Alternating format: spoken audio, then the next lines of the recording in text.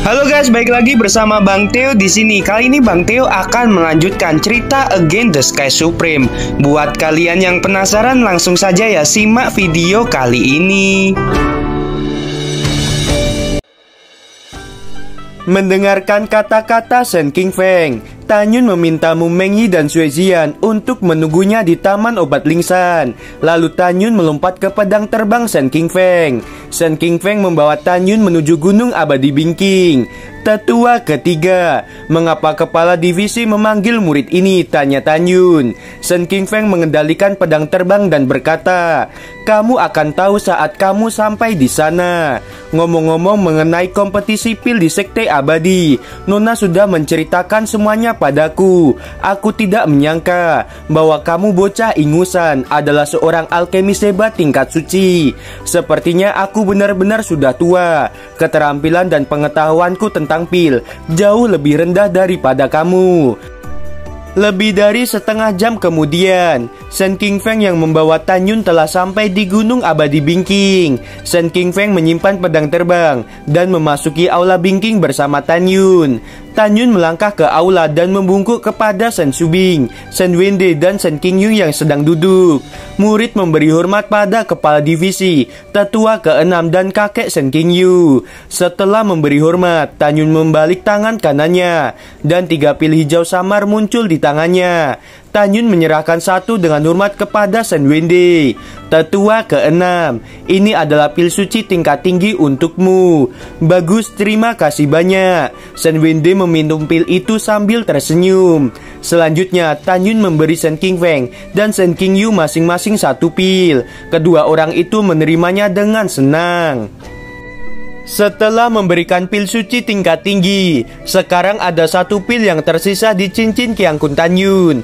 Pada saat ini, Shen Subing memandang Tanyun. Kepala ini memintamu untuk datang ke sini karena ingin menanyakan sesuatu dan menjelaskan beberapa hal kepadamu.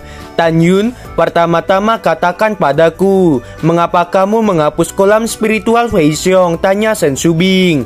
Tanyun menjadi sedikit muram. Kepala divisi Wu Hong memberi putranya Fei Xiong pil mimpi dan meminta Fei Xiong untuk menodai Mu Mengyi. Untungnya murid ini tiba tepat waktu. Jika tidak, Mu Mengyi akan dinodai oleh Fei Xiong. Mu Mengyi adalah tunangan murid ini. Jika bukan karena peraturan, murid ini akan membunuh Fei Xiong. Sebelum Shen Subing berbicara, Shen Qingyu tiba-tiba berdiri, memegang janggutnya dan berkata dengan marah, Wu Hong binatang ini beraninya memperlakukan cucuku seperti itu. Aku benar-benar sangat marah. Mu Mengyi mengenali Shen Qingyu sebagai kakeknya. Bagaimana mungkin Shen Qingyu tidak marah?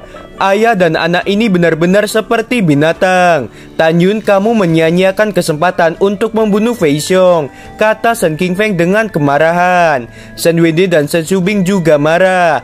Pada saat ini, Shen Qingyu menghadap Shen Subing, membungkuk dan berkata, Nona, dapatkah kamu memikirkan cara untuk mengeluarkan cucu perempuanku dari divisi jiwa binatang dan memasuki divisi pil? Shen Subing mengurutkan kening dan berkata, Qingyu, aku juga ingin membantumu. Tetapi selama puluhan ribu tahun, 9 divisi telah bermusuhan dan masing-masing memiliki aturannya sendiri. Jika seorang murid meninggalkan divisinya, murid itu akan dihukum mati. Selain itu, Mu Mengyi juga murid langsung dari Wu Hong. Shen Qingyu menarik napas dalam-dalam dan kata-kata berikutnya mengubah ekspresi Shen Subing, Shen Qingfeng dan Shen Wende. Nona, bawahan ini tidak pernah mengatakan tentang identitas cucuku. Shen Qingyu menghela napas. Mengyi adalah putri dinasti Mu Fengseng. Setelah dinasti Mu Fengseng dihancurkan, Mengyi melarikan diri selama 5 tahun dan datang ke gerbang luar sekte suci Huangfu. Aku membawanya masuk dan merawatnya. Apa? Mata indah Shen Subing terbuka lebar. Qingyu, apakah ini benar? Itu memang benar, Shen Qingyu berkata dengan tegas. Nona, bawahan ini percaya bahwa Tang Yongsheng tidak mungkin menyapu bersih dinasti Mu Fengseng dalam sekali serang. Mungkin masih ada orang-orang dinasti Mu Fengseng yang masih tersisa.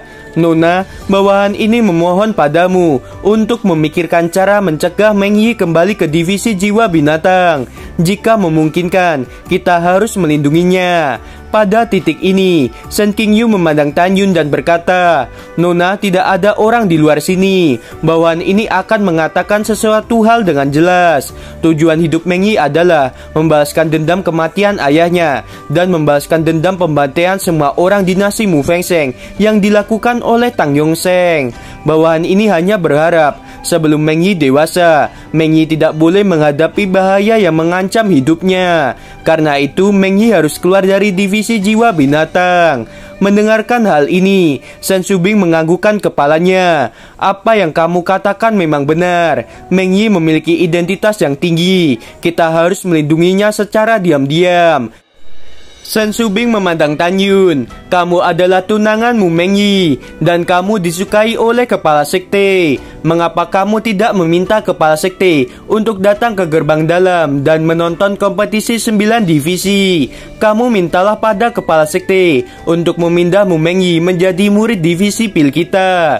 Tanyun, kamu harus tahu bahwa tidak ada cara lain. Murid mengerti. Murid akan mencari kepala sekte." Tanyun melihat ke arah Shen Shubing membungkuk dan berkata, "Kepala, murid ini memiliki permintaan. Cepat katakan." Tanyun dengan serius berkata, "Kepala, identitasmu Meng Yi tolong tetap dirahasiakan dari orang lain." Shen Shubing, Shen Wende, Shen Qingfeng, dan Shen Qingyu semuanya setuju. Setelah masalah selesai, Shen Shubing memandang Tanyun dan berkata, "Tujuan kepala ini memanggilmu adalah untuk bertanya, berapa peluangmu dalam mendapatkan peringkat pertama di daftar naga?"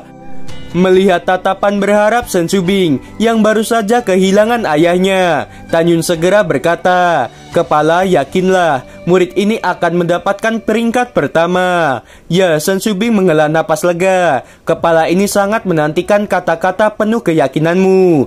Tanyun, pertarungan daftar naga sangatlah penting. Sekarang Sekte Suci Huangfu telah mendapatkan 1000 kota untuk memasuki tanah abadi. Pembagian kota ini masing-masing dari 9 divisi memiliki 50 kota orang, dan 550 kota sisanya diperoleh melalui kompetisi 9 divisi atau yang kita sebut pertarungan daftar naga. Divisi yang menempati peringkat teratas dalam daftar naga akan mendapatkan 200 kota tambahan. Tempat kedua mendapatkan tambahan kota 100 tempat. Ketiga 80 tempat. Keempat 60 tempat. Kelima 50 tempat. Keenam 30 tempat. Ketujuh 20 tempat. Kedelapan 10 tempat. Shen Shubing memandang Tanyun dengan penuh harapan. Divisi pilku sudah sangat lama tidak ada murid yang mendapatkan peringkat 8 besar. Jadi aku berharap banyak padamu untuk mendapatkan setidaknya peringkat 8 besar. Kepala divisi ini telah menggantungkan semua harapannya padamu. Ingat, jangan mengecewakan kepala divisi ini." Murid mematuhi perintah. Setelah Tanyun menjawab, Tanyun tampak ingin mengatakan sesuatu tapi ragu-ragu. "Kamu tidak perlu menahan diri. Cepat katakan saja," kata Shen Shubing. Tanyun berkata dengan ekspresi serius, "Kepala, pada saat memasuki tanah abadi, murid sekte kami dapat dibunuh oleh murid-murid sekte abadi dan istana jiwa ilahi. Jika murid ini menjadi yang teratas dalam daftar naga dan mendapatkan 200 tempat tambahan untuk divisi pil, murid ini khawatir jika semakin banyak murid divisi pil yang memasuki tanah abadi, semakin banyak korban dari divisi pil kita." Shen Shubing berkata tanpa daya, "Kekhawatiranmu, kepala ini telah memikirkannya. Jika divisi pil kita mendapatkan banyak kota untuk memasuki tanah abadi, murid divisi pil kita dapat bersatu di tanah abadi dan peluang untuk bertahan hidup akan lebih besar. Semoga rencanaku ini memang benar." Mendengarkan hal itu, Tanyun berhenti berkata, "Tanyun, kamu kembali dan istirahat dulu. Ingatlah untuk datang tepat waktu besok pagi. Kepala ini akan membawamu ke sana. Tentu saja selama kamu masuk 8 besar daftar naga akan ada hadiah. Adapun hadiahnya, kepala sekte secara pribadi akan mengumumkannya." Murid mengerti. Murid akan pergi dahulu. Tanyun pergi setelah menjawab, Besok adalah kompetisi 9 divisi gerbang dalam. Malam ini ditakdirkan untuk menjadi malam tanpa tidur bagi para kepala divisi dan semua murid gerbang dalam. 8 kepala divisi lainnya juga memanggil murid-murid mereka, menjelaskan pentingnya mendapatkan peringkat 8 besar di daftar naga. Keesokan harinya, pada siang hari, di area bagian gerbang dalam sekte suci Huangfu, 800.000 mil sebelah timur kota Huangfu, berdiri pilar raksasa yang menjulang sampai langit, disebut puncak raksasa Panlong. Puncak raksasa Panlong menembus langsung ke awan, dan terdapat monumen harta karun yang menuliskan daftar naga. Daftar tersebut menunjukkan urutan kekuatan para murid dari 9 divisi gerbang dalam melalui sebuah kompetisi. Tepat di depan daftar naga, ada 3 platform tinggi berbentuk persegi beberapa ratus meter. Di sisi kiri daftar naga, ada sebuah bangunan batu giok setinggi 100 meter berdiri saat ini. Di bagian atas bangunan batu giok, ada 1 kursi di baris atas dan kursi lainnya berada di bawah. Di kursi bagian atas tidak ada seorang pun yang menduduki kursi tersebut. Kursi barisan bawah diisi dengan ratusan diaken, tetua dan kepala divisi gerbang dalam. Di puncak raksasa Panlong, lebih dari 500.000 murid dari 8 divisi telah berkumpul dan berbaris. Sampai saat ini, hanya murid divisi pil yang belum datang. Di atas bangunan batu giok, kepala divisi senjata, kepala divisi 5 jiwa, dan kepala divisi jiwa binatang. Mereka bertiga menunjukkan ekspresi yang jelek. Murong Sisi tampak muram karena murid langsungnya Zhong Wuxiao jatuh cinta pada Tan Yun. Jika hal itu terus berlanjut, murid jeniusnya cepat atau lambat akan menjadi pendamping murid divisi pil. Yang membuat jengkel kepala divisi 5 jiwa adalah bahwa murid kesayangannya Sui Xian pergi ke divisi pil untuk mencari Tan Yun 10 hari yang lalu dan masih belum kembali. Untuk kepala divisi jiwa binatang, dia tampak emosi karena Tan Yun menghapus kolam spiritual putra kesayangannya, yaitu Fei Xiong, dan murid langsungnya Mu Mengyi memberontak dan melarikan diri bersama Tan Yun. Tan Yun seperti mimpi buruk bagi Wu Hong. Dia ingin cepat membunuh Tan Yun. Adapun kematian Bai Xiu, Wu Hong belum mengetahuinya. Dia akan dari divisi jiwa binatang yang menjaga aula jiwa tidak pergi untuk memeriksa lampu kehidupan, dan hal ini membuat Wu Hong tidak mengetahui bahwa lampu kehidupan Bai Xiu telah padam. Pada saat yang sama, apa yang membuat Wu Hong lebih kesal adalah bahwa ia telah mengirim seseorang untuk membantai keluarga Tan Yun 20 hari yang lalu. Dengan kekuatan alam pemurnian jiwa tingkat 9, orang suruhan Wu Hong tetap gagal dan terbunuh. Dihitung menurut waktu, Jiang Shan orang suruhan Wu Hong terbunuh setelah tiba di kota Wang Yue. Wu Hong langsung menghubungkan kematian Jiang Shan dengan Tan Yun, tetapi dirinya juga tidak bisa percaya karena Tan Yun yang hanya di ranah alam jiwa janin tingkat 9. Penyebab kematian Jiang Shan tidak diketahui. Putranya dibuat cacat oleh Tan Yun dan muridnya diculik oleh Tan Yun. Kemarahan di hati Wu Hong sangatlah besar. Kemarin Wu Hong memerintahkan murid-muridnya untuk membunuh Tan Yun di kompetisi 9 divisi ini. Hal yang sama berlaku untuk kepala divisi 5 jiwa. Menurutnya selama Tan Yun mati, murid kesayangannya Sui Xian akan bisa berubah pikiran dan menerima cucunya. Selain 3 kepala divisi tadi, ada orang yang telah lama ingin membunuh Tan Yun. Mereka adalah tetua kedua dari divisi jiwa binatang Murong Hong dan kepala divisi jiwa suci. Pada awalnya, Tan Yun membunuh cucu Murong Hong, yaitu Murong Kun, ketika Tan Yun berada di gerbang luar, dan membunuh Ling Hu Chang Hong, cucu dari kepala divisi jiwa suci. Murong Hong dan kepala divisi jiwa suci selalu berpikir bahwa Tan Yun akan mati setelah memasuki gerbang dalam, tetapi Tan Yun masih hidup sampai saat ini. Selain itu, mereka berdua telah mengirim beberapa orang untuk membunuh Tan Yun dalam 3 tahun terakhir, tetapi semuanya gagal tanpa diketahui alasannya. Itu membuat mereka berdua makin frustasi. di hati Wuhong, Muronghong, kepala divisi jiwa suci, dan kepala divisi 5 jiwa. Tujuan mereka dalam kompetisi 9 divisi adalah membuat Tan Yun mati. Mereka telah memerintahkan murid terkuat masing-masing untuk membunuh Tan Yun. Tentu saja selain keempat orang itu, ada juga Qiu Yongming, tetua penegak hukum gerbang dalam. Qiu Yongming memikirkan putranya yang dibunuh oleh Tan Yun. Qiu Yongming tidak sabar mencabik-cabik tubuh Tan Yun. Qiu Yongming juga memerintahkan agar murid jenius di antara murid-murid penegak hukum gerbang dalam harus membunuh Tan Yun dalam kompetisi 9 divisi. Pada saat ini, Murong Sisi, kepala divisi 5 jiwa, Wuhong, Muronghong, kepala divisi jiwa suci, dan Qiu Yongming semuanya mengangkat kepala mereka dan melihat sebuah perahu roh yang membawa murid, diaken dan penatua divisi pil. Di atas perahu roh, Shen Shubing berdiri tegak dengan anggun, dan di belakangnya berdiri 11 penatua divisi pil gerbang dalam. Tan Yun, Song Wuxiao, Mu Mengyi dan Sui Ziyan berdiri berdampingan di perahu roh. Tan Yun sangat sadar bahwa tatapan banyak orang menatap dirinya dengan niat membunuh. Tan Yun mencibir di dalam hatinya.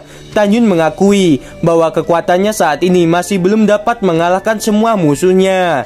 Tetapi hari ini, Tan Yun harus membuat semua musuhnya merasa ketakutan.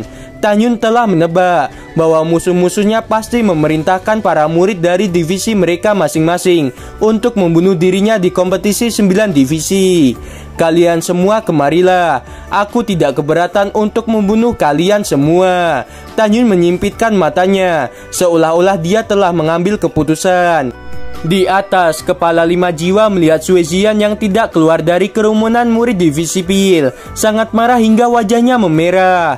Kakak ipar, kakak Mengyi, aku akan pergi ke sana dulu. Kemudian Sui Ziyan melihat ke belakang, ke arah kepala 5 jiwa di atas dan berkata, "Guru, murid ini hanya keluar sebentar. Apakah kamu sangat marah?" Dari kata-kata dan perbuatan Sui Ziyan dapat dilihat kepala divisi 5 jiwa sangat menyayanginya. Berhenti bicara omong kosong, kembali ke barisan murid, kata kepala 5 jiwa sambil menatap Sui Ziyan. "Baiklah," kata Sui Ziyan sambil berjalan menuju barisan murid divisi 5 jiwa. Pada saat ini, seorang murid muda yang tampan di belakang Sui Ziyan berbisik, "Ziyan, aku baru-baru ini menemukan tempat yang menyenangkan. Ketika kompetisi selesai, haruskah aku membawamu ke sana?" Orang ini adalah cucu dari kepala 5 jiwa, yaitu Wuling. "Aku tidak ingin pergi," Sui Ziyan berkata dengan dingin tanpa melihat ke belakang. "Kalau begitu aku akan membawamu ke tempat lain." Tanpa menunggu kata-kata Wuling, Sui Ziyan melihat ke belakang dan berkata dengan tidak sabar, "Senior, tolong berhenti menggangguku.